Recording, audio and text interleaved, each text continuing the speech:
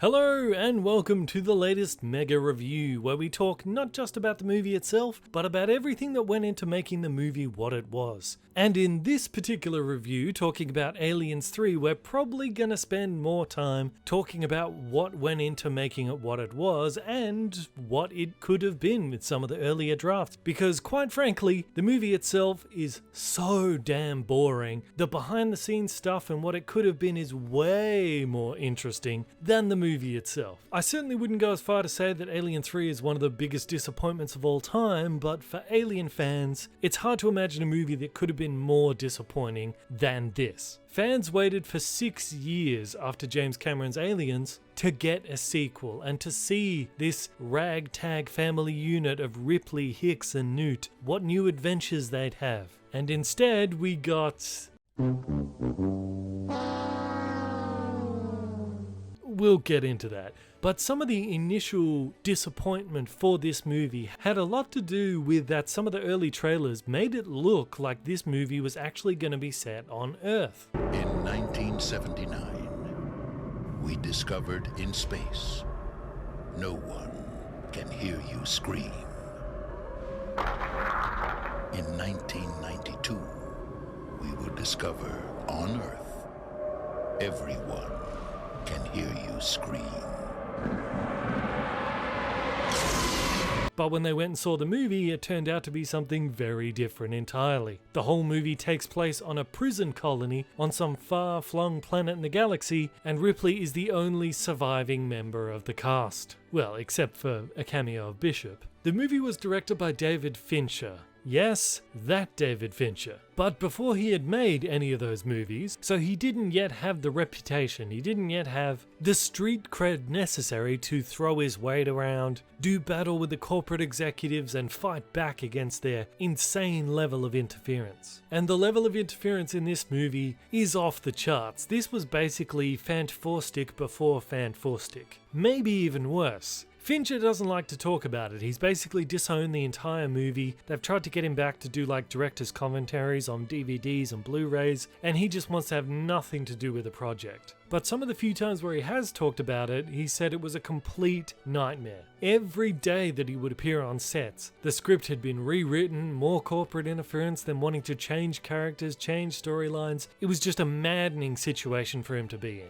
All things considered, it's amazing the movie actually turned out as good as it is, but as a result, we now have two different versions. We have the theatrical version, which came out upon the movie's release, and after 2003, we got what was referred to as the special edition or the assembly cut. Notice it's not called the director's cut because he doesn't want to have anything to do with it, so the assembly cut has an extra 30 minutes worth of material and some fairly significant changes to the story. But as with most of these director's cut kind of things, they don't go on to fix the fundamental flaws with the problems, they just sort of polish up the edges. A significant change made was the alien itself. Although, despite the fact that they went to all the effort of actually getting H.R. Giger back to come up with some new designs for a new alien, they, in the end, only really used one of them, which is a huge shame because they asked Giger to come up with a new kind of alien that was birthed from an animal, so had different characteristics, and they wanted him to make it more puma-like, more sleek and fast-moving, but also more sexualized. And for those of you who've seen my Alien Mega Review, you'll know that Giger's work is already kinda sexualized, so telling him to do that is like enabling his weirdness. Part of his design was it was going to have sort of human-like lips, and it would go up and kiss its victims, then shove its tongue down their throat and rip out their innards. I'm actually kind of glad they never ended up making that, because Giger weirds me out enough. I don't need to see that on film. But the version they ended up going with was the chest-burster version of this puma-like xenomorph, that in the theatrical version is birthed out of a dog, but in the assembly cut is actually birthed out of an ox. But they called this the Bambi Burster because it walks on all fours, kind of does look a little bit like Bambi, and it just sort of scuttles off. And then when it sheds its skin and grows much bigger, it was going to become the puma-like creature.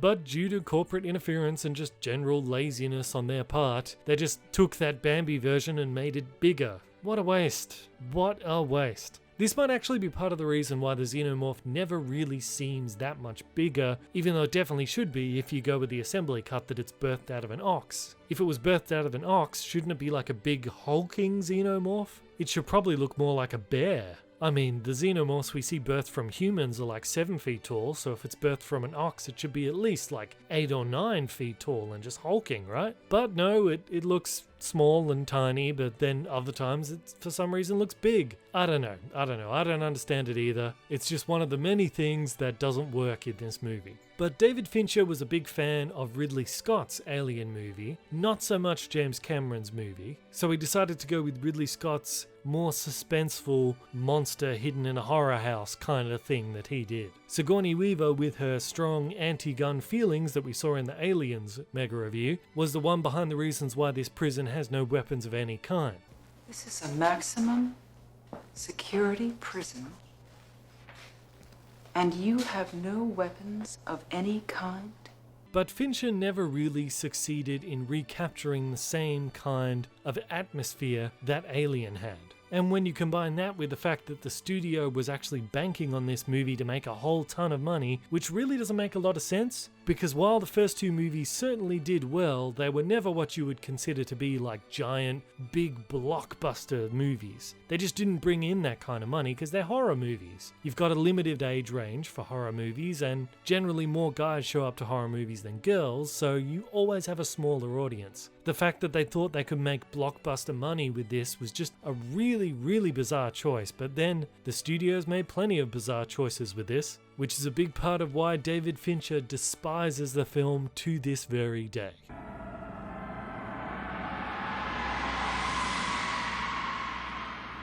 So the movie starts out with a crash landing by Ripley's ship due to alien shenanigans, we'll get more into that later, upon which Hicks is killed, Newt is killed, Bishop is smashed almost beyond repair, leaving Ripley the only survivor. Wow, way to kick people right in the junk on the very first scene. In fact, even before the first scene, it happens in the title sequence. To me, that's unforgivable. That's absolutely unforgivable. As I've said, we all wanted to see this ragtag family unit come together and maybe build a life together. Instead, they all get wiped out except Ripley, and off screen for a lot of them. This really stuck in the side of a lot of fans, and Michael Biehn himself was very upset with this. So much so that he ended up suing them for using his likeness in the movie. He later on regretted this because he didn't know at the time David Fincher was going to become an amazing director. He since has said if he knew David Fincher was going to become such a great director, he would never have caused all that problem. He would have let them use his likeness for free, just as long as David Fincher puts him in one of his upcoming movies. Yeah, Michael Biehn, you could have been Tyler Durden, but not going to happen now. So after Ripley wakes up, she finds out that she's on this space colony, which is a prison colony. But for some reason, all of the inmates are really religious, and they've all got shaved heads because of some lice that's going through, which makes it very difficult to tell a lot of these characters apart. Most of them are not memorable in the least anyway, and the fact that they all have shaved heads makes it even more difficult. But a facehugger that's stowed away in the pod latches itself onto a dog in the theatrical cut and gives birth to a new xenomorph. The warden sends a message to Weyland-Yutani that Ripley's here, and they say they're on their way to collect her. The new xenomorph then runs around and kills a bunch of people, and once Ripley finds out about it, she convinces all the rest of the prisoners to make a stand and trap the alien because the company's coming to get them, and she knows the company just wants them for research purposes, so she talks them into killing it before they get here. And she also discovers that she herself has been impregnated with a queen alien, and she eventually sacrifices herself so that Weyland-Yutani can never get their hands on the xenomorph ever again. Unless, of course, they decide to clone her and make her half xeno, half human. That could then lead to some weird human-alien hybrid alien, but come on, that's not gonna happen. I guess the problem with this story is, for one thing, it's really slow and it's really dull in some points, especially considering that you don't really care about any of the characters. But most importantly, at no point is the movie ever actually scary. Never. When you got a horror movie that doesn't instill horror in you, you know you've really messed up. There's also a serious misstep between Ripley's reaction to Hicks and Newt being killed versus the audience reaction, because all of us fans from Aliens, we love those characters. Yet Ripley here, upon waking up, it's a really long time before she even asks about the others. When she finds out, she cries once and then she immediately turns around the very next day, mind you. The very next day, and has sex with some other guy. Wow, just come on, you're not even gonna mourn Hicks? I know you never even kissed him before, but come on, there was a connection there. You're not even gonna mourn that?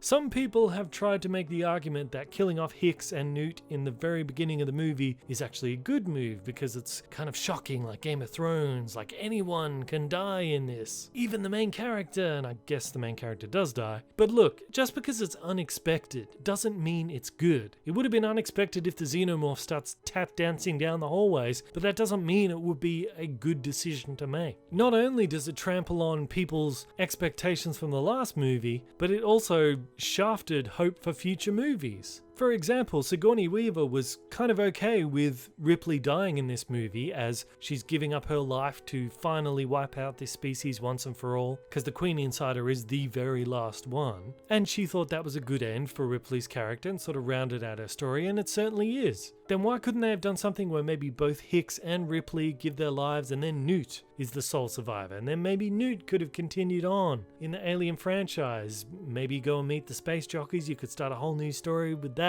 The point is there was lots of potential, so much potential, and it was just all completely squandered.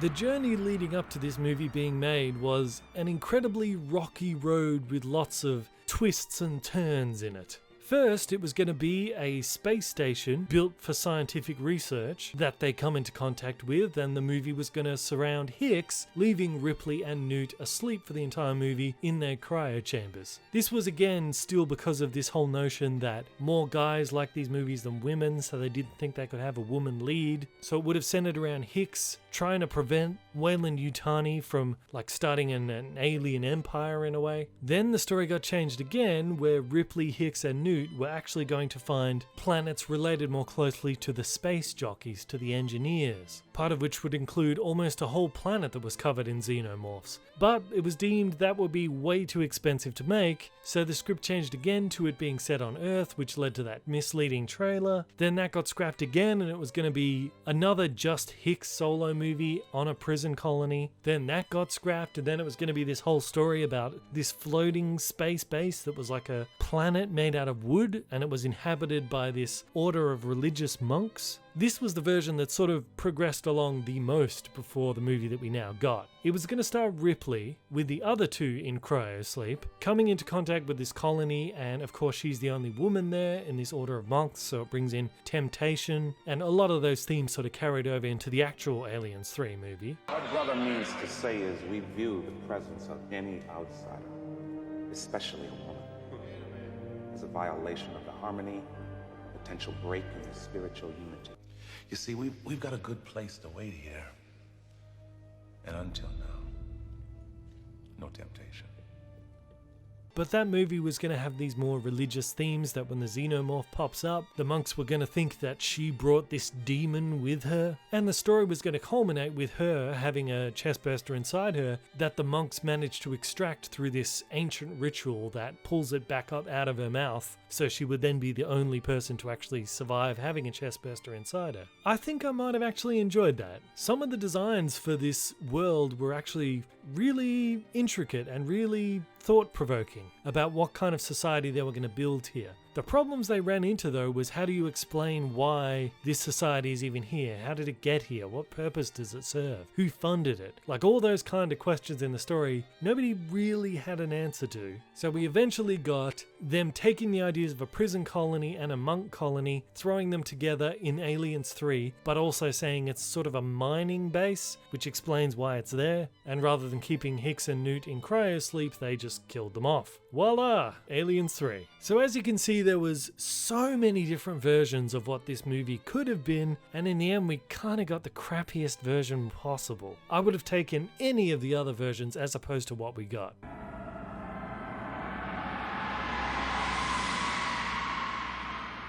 One of the most intriguing aspects of this movie, which was completely cut out of both the theatrical version and the assembly cut, is the concept of a new type of facehugger, a royal facehugger, which you only see once in the movie. But this was to be a special kind of facehugger that can produce queens. It's birthed from an egg which is supposed to be sort of like an emergency egg to kickstart the species again if it's facing some kind of catastrophic disaster like Ripley flamethrowing all the eggs. And this facehugger is bigger than the usual one, it's got extra armor on it, it has a bladed tail much like the xenomorph, and even a secondary jaw, so it's built much more for defense as well. And it's also capable of impregnating not just one person but two people. One with a seed that makes a queen and another with a seed which makes a warrior, which can serve as a kind of protector for the queen as it's gestating, as I assume it takes a bit longer for the queen to gestate and mature before it can burst out than it would a warrior.